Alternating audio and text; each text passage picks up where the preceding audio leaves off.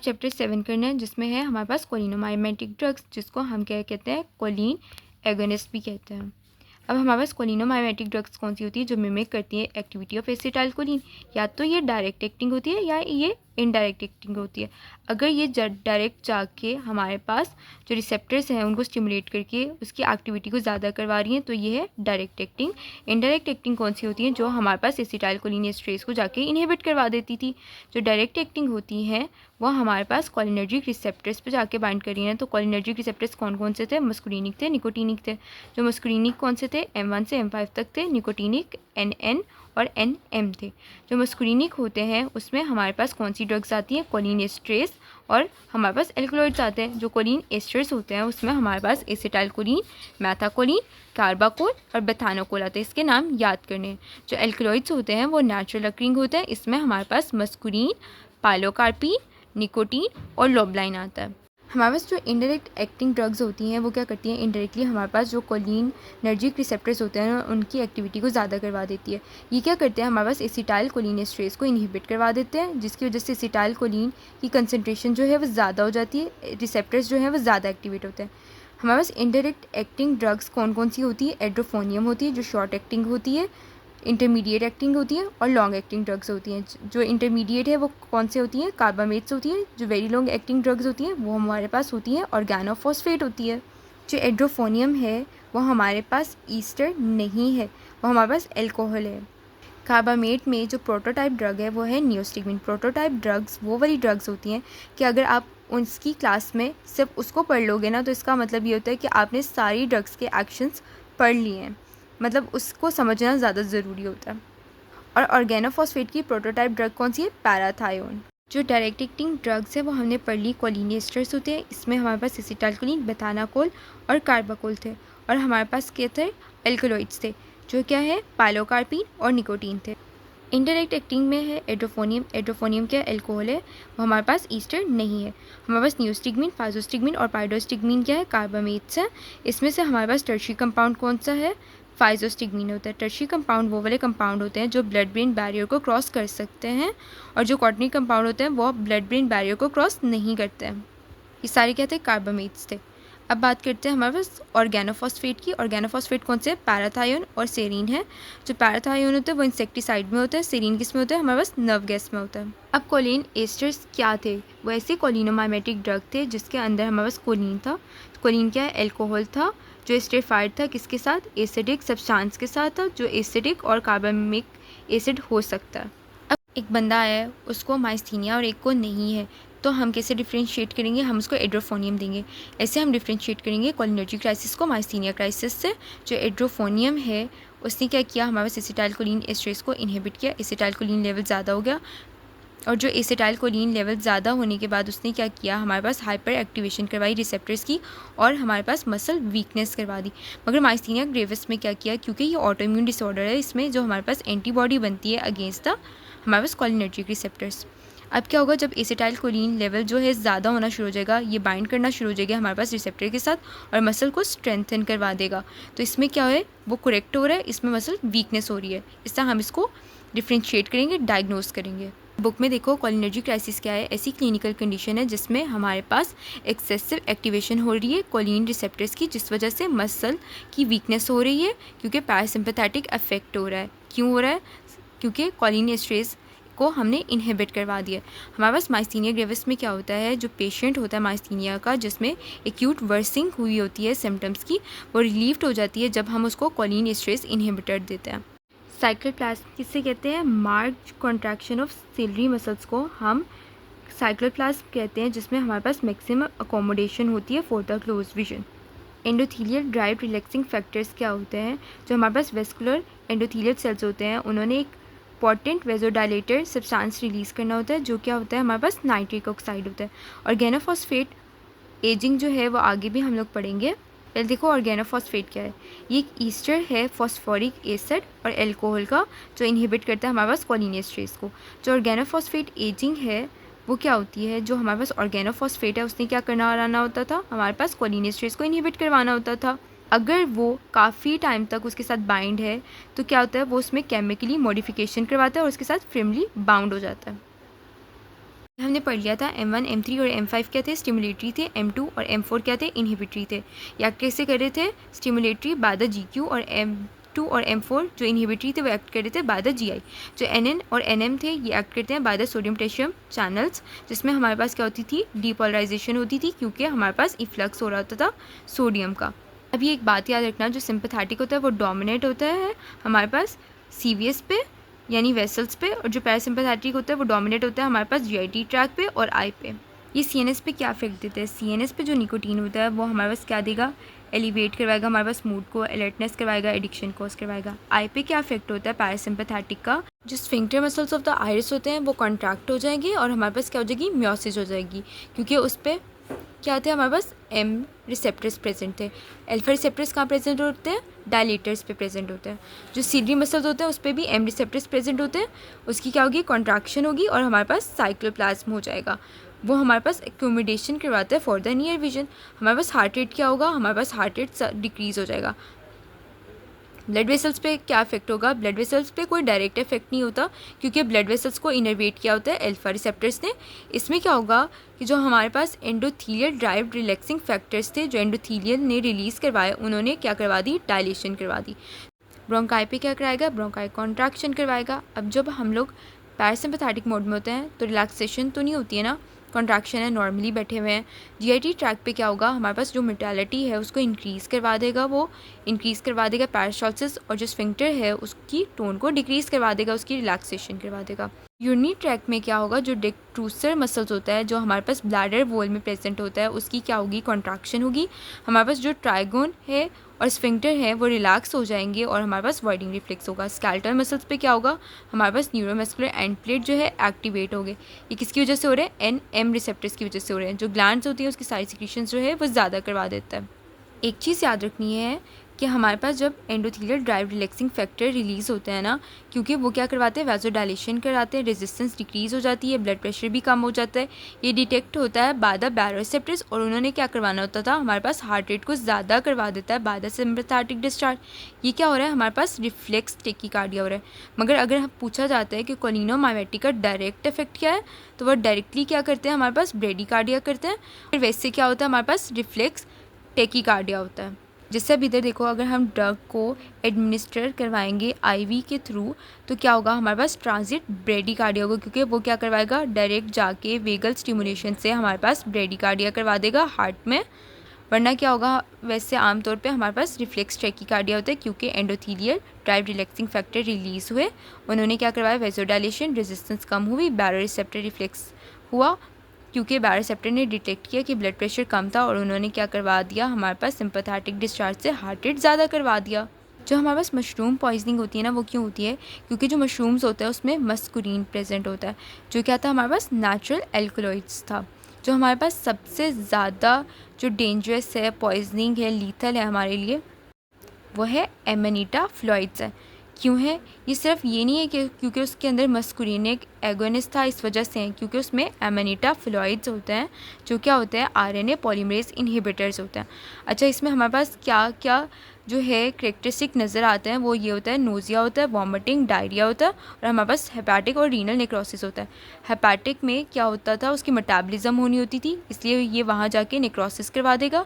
इसने एलिमिनेट होना होता था रीनल से, इस वजह से रीनल नेक्रोसिस करवा देगा। जैसे हमारे पास मस्क्रीन है, वो short duration type of muscarine poisoning करवाता है। जो निकोटीन होती है वो हमें वेप में मिलती है, हम उसमें क्या कर रहे होते हैं, निकोटीन को इनहेल कर रहे होते हैं, हमें एडिक्शन हो जाती है। इसका हमारे पास मसल्स पे क्या इफेक्ट होता है, ये वहाँ फेसिकुलेशन करवा देता है, पैरालिसिस करवा देगा। CNS पे क्या देगा इफेक्ट, स्टिमुलेशन करवाएगा, फॉलोड बाय डिप्रेशन। जो इसके क्लिनिकल यूजेस हैं वो एंड पे पढ़ते हैं। अब करते हैं इनडायरेक्ट एक्टिंग एगोनिस्ट। हमारे पास इनडायरेक्ट एक्टिंग एगोनिस्ट कौन से थे, हमारे पास एट्रोफोनियम था, कार्बामेट था, ऑर्गेनोफॉस्फेट था। कार्बामेट्स क्या होते हैं, कार्बामिक एसिड ईस्टर्स होते हैं। ऑर्गेनोफॉस्फेट क्या होता है, फॉस्फेरिक एसिड ईस्टर्स होते हैं। ये सब क्या है, एसिटाइलकोलिन एस्ट्रेस के इनहिबिटर होते हैं। हमारे पास कार्बामेट का प्रोटोटाइप ड्रग कौन सी थी, नियोस्टिकमीन। और ऑर्गेनोफॉस्फेट की क्या थी, पैराथायोन थी। जो एड्रोफोनियम थी वो क्या है, वो ईस्टर नहीं है, वो क्या है, एल्कोहल है। इसका ड्यूरेशन ऑफ एक्शन जो है वो बहुत ज़्यादा कम होता है। इसका मैकेनिज्म ऑफ एक्शन अब करेंगे। ये एसिटाइलकोलिन एस्टर बनाया है, इसकी एक्टिव साइट पे आके कार्बामेट और ऑर्गेनोफॉस्फेट आके बाइंड करेंगे। जो उसका अल्कोहल पोर्शन होता है वो हाइड्रोलाइज होकर रिलीज़ हो जाता है, और जो हमारे पास कार्बामेट और फॉस्फेट जो उसका पार्ट रह जाता है वो उसके साथ बाइंड रहता है और वो स्लोली रिलीज होता है। अब ये देखो, जो एड्रोफोनियम होती है उसकी एफिनिटी तो होती है, मगर वो क्या करता है, वो 5 to 15 मिनट्स जो है वो एक्ट करता है। जो कार्बामेट्स होते हैं वो 2 to 8 आवर्स एक्ट करते हैं। जो ऑर्गेनोफॉस्फेट होता है वो लॉन्ग एक्टिव ड्रग होता है, क्योंकि वो एक्सट्रीमली स्टेबल फॉस्फेट कॉम्प्लेक्स बनाता है एंजाइम के साथ। और जो फॉस्फोरिक एसिड होता है वो रिलीज होता है डेज़ और वीक्स में।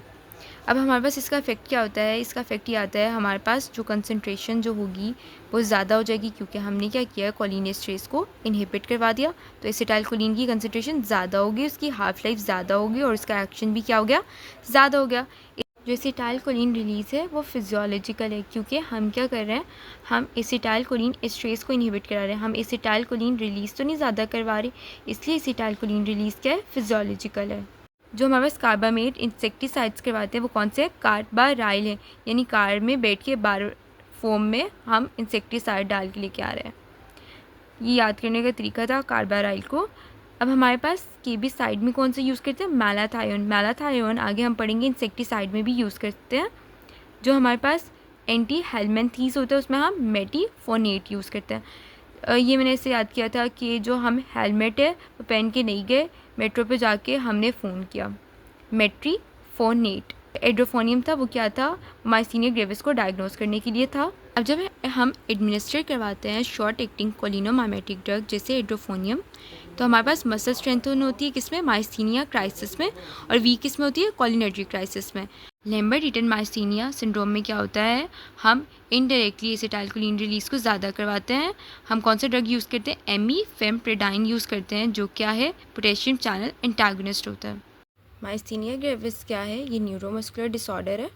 मसल्स के लिए क्या लेते हैं, स्टीरॉइड्स। तो क्या देंगे उसको, प्रेडनिसोन देंगे, जो कि स्टीरॉइड है, वो रिलीव करेगा माइस्थीनिया ग्रेविस को। ये ऑटो इम्यून डिजीज़ है, तो क्या देंगे, इम्यूनोस्प्रेसेंट ड्रग देंगे। इसमें एंटीबॉडीज़ बन रही हैं एसिटाइलकोलिन रिसेप्टर्स के ख़िलाफ़, तो वो कहाँ से बनती है, थाइमस से। तो क्या करवा देंगे, थाइमसेक्टमी करवा देंगे। जो एंटीबॉडीज़ हैं वो प्लाज्मा में होती हैं, तो प्लाज्मा एक्सचेंज करवा देंगे, उसको मोनोक्लोनल एंटीबॉडीज़ देंगे। और पाइरोस्टिग्मीन देते हैं हम, उसको नियोस्टिग्मीन क्यों नहीं दे रहे, क्योंकि जो पाइरोस्टिग्मीन होती है वो लॉन्ग एक्टिंग ड्रग होती है और ये क्या करती है, ब्लड ब्रेन बैरियर को क्रॉस नहीं करती। अब जब कोलिनोमाइमेटिक ड्रग्स की टॉक्सिसिटी ज़्यादा हो जाएगी तो हमें क्या साइन एंड सिम्टम्स आएंगे, हमें टेम्बल्स आएंगे, क्योंकि मोर्टालिटी ज़्यादा हो रही है। तो डायरिया होगा, यूरिनेशन होगा, मियोसिस होगा, यानी कॉन्स्ट्रिक्शन ऑफ प्यूपिल होगी, ब्रेडिकार्डिया होगा, ब्रोंकोस्पाज्म होगा, एक्साइटेशन ऑफ स्केलेटल एंड सीवियस होगा, लेक्रिमेशन, सेलिवेशन, सिक्रीशन, सारी सिक्रीशन ज़्यादा हो जाएंगी। अब हम लोगों के पास है ऑर्गेनोफॉस्फेट की पॉइजनिंग। इसमें क्या होता है कि जब हम लोगों के पास जो पैराथायोन एक्सपोजर होता है ना, ये बहुत ज़्यादा फेटल होता है। अब इसकी मैनेजमेंट क्या है, हमने जब भी पॉइजनिंग की मैनेजमेंट लिखनी है, हमने सबसे पहले ABCD मैनेजमेंट लिखनी है। ए से है एयरवे, बी से है ब्रीथिंग, सी से सर्कुलेशन, डी से डिसेबिलिटी। यानी हम लोगों ने उसका इंस्पेक्ट करना है एयरवे, बी से ब्रीथिंग को चेक करना है, सर्कुलेशन में हम उसका ब्लड प्रेशर चेक करेंगे और हार्ट रेट चेक करेंगे, और डिसेबिलिटी में क्या है, हम उसका रिस्पांस चेक करेंगे, हम उसके प्यूपल को चेक करेंगे, फिर उसके बाद उसके रिमूव करेंगे क्लॉथ्स को और वॉश करेंगे उसकी बॉडी को, और फिर उसको एंटीडोट देंगे। हमने किसकी मैनेजमेंट करनी है, ऑर्गेनोफॉस्फेट पॉइजनिंग की, यानी पैराथायोन की, वो जो बहुत ज़्यादा फेटल था। इसमें हम उसको क्या दे रहे हैं, एट्रोपिन दे रहे हैं, एंटीडोट, जो क्या है, एंटी मस्कुरेनिक एजेंट है। देखो हमारे पास मस्कुरेनिक का क्या इफेक्ट आ रहा था, वो कंस्ट्रक्शन करवा रहा था प्यूपल की, मियोसिस करवा रहा था। हम एट्रोपिन उसको तब तक देंगे जब तक उसकी माइड्रेसिस ना हो जाए, डायलेशन ऑफ द प्यूपल ना हो जाए, क्योंकि वरना हमें कैसे पता चलेगा कि एट्रोपिन अपना इफेक्ट दिखा रहा है। हम उसके प्यूपल्स को चेक करते हैं, उससे पता चलता है कि एट्रोपिन अपना कितना इफेक्ट दिखा रहा है। ये एंटी मस्कुरेनिक है, यानी सिर्फ मस्कुरेनिक पे एक्ट करेगा। निकोटीन टॉक्सिसिटी भी तो हुई है ना, उसके लिए क्या है, रेस्पिरेटरी सपोर्ट देंगे जब तक हमारे पास कोलिनेस्ट्रेस रीजनरेट ना हो जाए। रीजनरेशन के लिए हम क्या देंगे, पैरालिड ऑक्साइम्स देंगे। ऑक्साइम जो है उसके पास ज़्यादा एफिनिटी है फॉस्फोरस के लिए। फॉस्फोरस कहाँ लगा हुआ था, एक्टिव साइट पे कोलिनेस्ट्रेस की। जब वो उसको अपनी तरफ खींच लेगा तो एसिटाइल कोलिन एस्ट्रेस रीजनरेट हो जाएंगे। पैरालिड ऑक्साइम तब तक एक्ट करेगा अगर उसमें एजिंग नहीं हुई होगी। एजिंग क्या है, एजिंग ये है कि ना जो हम लोगों के पास फॉस्फेट था उसने स्ट्रॉन्ग बॉन्ड बना लिया है हम लोगों के एसिटाइलकोलिन एस्ट्रेस के साथ। अगर उसे स्ट्रॉन्ग बॉन्ड नहीं बनाया होगा तो पैरेलल ऑक्साइम काम करेगा, कोलिन एस्ट्रेस को रीजनरेट करवा देगा, और अगर एजिंग हो गई है तो नहीं करेगा। मैलाथायोन क्या है? मैलाथायोन स्केबिसाइड के लिए भी यूज़ कर रहे थे, हम इसको इंसेक्टिसाइड में भी यूज़ करते हैं, मगर ये सेफ़ होता है ह्यूमन के लिए क्योंकि ये रैपिडली मेटाबलाइज हो जाता है ह्यूमंस में और उसके इनएक्टिव प्रोडक्ट्स बन जाते हैं, मगर इंसेक्ट में ऐसा नहीं होता है। अब ये याद रखना, ऑर्गेनोफॉस्फेट की पॉइजनिंग हुई है, हमने उसको क्या दिया? एट्रोपिन दिया। जब एट्रोपिन की पॉइजनिंग होगी तो हम क्या देंगे उसको? फाइजोस्टिग्मीन देंगे। जब हम लोगों की बॉडी में एसिटाइलकोलिन ज़्यादा हो जाता है, सिक्रीशन ज़्यादा हो जाती है, तो क्या होती है? ड्रिबलिंग होना शुरू हो जाती है माउथ से। यानी पेशेंट कैसे प्रेजेंट करेगा? उसके माउथ से ड्रिबलिंग हो रही होगी। अब जो डायरेक्ट एक्टिंग मस्कुरिनिक एगोनिस्ट है उसमें क्या थे? बेथानाकोल, पाइलोकार्पिन मस्कुरिन था। जो मस्कुरिन होता है वो हम लोगों को मशरूम में से मिलता है, ये नेचुरल एल्कलॉइड है, इसने क्या करवा देनी होती? मशरूम पॉइजनिंग करवा देती है। जो पाइलोकार्पिन है, पाइलोकार्पिन हम कहाँ यूज़ करते हैं? ग्लाइकोमा की ट्रीटमेंट के लिए यूज़ करते हैं। इसमें क्या हो जाएगा? क्योंकि ये मस्कुरिनिक है तो ये मियोसिस भी करवा देगा और साइक्लोप्लाज्म भी करवा देगा। जो शेगरिन सिंड्रोम है इसमें क्या होगा? इंक्रीज़ करवा देगा सेलिवेशन को, क्योंकि शेगरिन सिंड्रोम में क्या होता था? हमारे पास जो सिक्रीशंस होती हैं डिक्रीज़ हो जाती है, हमारे पास ड्राई माउथ होता है, तो उसके ट्रीटमेंट के लिए ये हम यूज़ करते हैं। जो बेथानाकोल है, बी से याद करो, बेथाना, बी से ब्लैडर, बी से बाउल, इन दोनों की एटोनी में हम ये यूज़ करते हैं। इसकी एटोनी कब हो जाती थी? जब स्पाइनल कॉर्ड इंजरी होती थी या सर्जरी के बाद, तब हम ये यूज़ करेंगे। डायरेक्ट एक्टिंग निकोटीन एगोनिस्ट, इसमें क्या है? हमारे पास निकोटीन, वेरसलाइन और सक्सिनाइलकोलिन है। जो निकोटीन और वेरसलाइन है ना, ये हम स्मोकिंग सिजेशन में यूज़ करते हैं। जो वेरसलाइन है वो पार्शियल एगोनिस्ट है। निकोटीन हमें किस फॉर्म में मिलता है? गम्स और ट्रांसडर्मल पैचेस में। सक्सिनाइल जो कोलिन है ये हमारे पास मसल रिलैक्सेंट है। जब हम लोगों ने सर्जरी करनी होती है तो हमने उसके ट्रैके के मसल्स को रिलैक्स करना होता है, तब हम उसको क्या देते हैं? सक्सिनाइल कोलिन देते हैं। सक्सिनाइल कोलिन किससे बनता है? 2-एसिटाइल कोए और कोलिन से बनता है। सक्सिनाइल कोलिन क्या करवाएगा? इनिशियली मसल स्पैज्म करवाएगा और पोस्ट ऑपरेशन पेन करवाएगा। ये प्रोलॉन्ग्ड होता है उन पेशेंट में जिसके अंदर ब्यूट्राइल कोलिनेस्ट्रेस एबनॉर्मल होता है। ब्यूट्राइल कोलिनेस्ट्रेस को सूडो कोलिनेस्ट्रेस भी कहते हैं। इनडायरेक्ट एक्टिंग जो ड्रग था वो कौन सा था? एड्रोफोनियम था। वो एल्कोहल था, ईस्टर नहीं था। इसने क्या करना होता था? इनहिबिट करना होता था कोलिनेस्ट्रेस को। ये हम किस लिए यूज़ करते हैं? डायग्नोसिस ऑफ माइस्थीनिया ग्रेविस के लिए यूज़ करते हैं। इनडायरेक्ट एक्टिंग कार्बामेट्स, नियोस्टिग्मीन, फाइजोस्टिग्मीन और पायरोडोस्टिग्मीन होता है। जो नियोस्टिग्मीन होता है वो रिवर्स कर देता है NM ब्लॉक को। हम इसको यूज़ करते हैं ट्रीटमेंट ऑफ माइस्थीनिया, मगर हमारे पास फर्स्ट लाइन ऑफ ट्रीटमेंट कौन सी होती है? पायरोडोस्टिग्मीन होती है for the treatment of myasthenia. ये दोनों क्या है? ये दोनों हम लोगों के पास कॉटनरी कंपाउंड है, क्योंकि ये न्यूरोमस्कुलर को ट्रीट कर रहे हैं ना, तो ये क्या होता है? ये हमारे पास पेरिफ्री में ज़्यादा होंगे, ये CNS को क्रॉस नहीं करेंगे। जो फाइजोस्टिग्मीन होता है, क्योंकि उसने एट्रोपिन पॉइजनिंग को रिवर्स करना होता है, एट्रोपिन का CNS इफेक्ट भी आता है, तो इसको CNS पेनिट्रेटिंग होना चाहिए, इसलिए ये कौन सा होता है? टर्शियरी कंपाउंड होता है।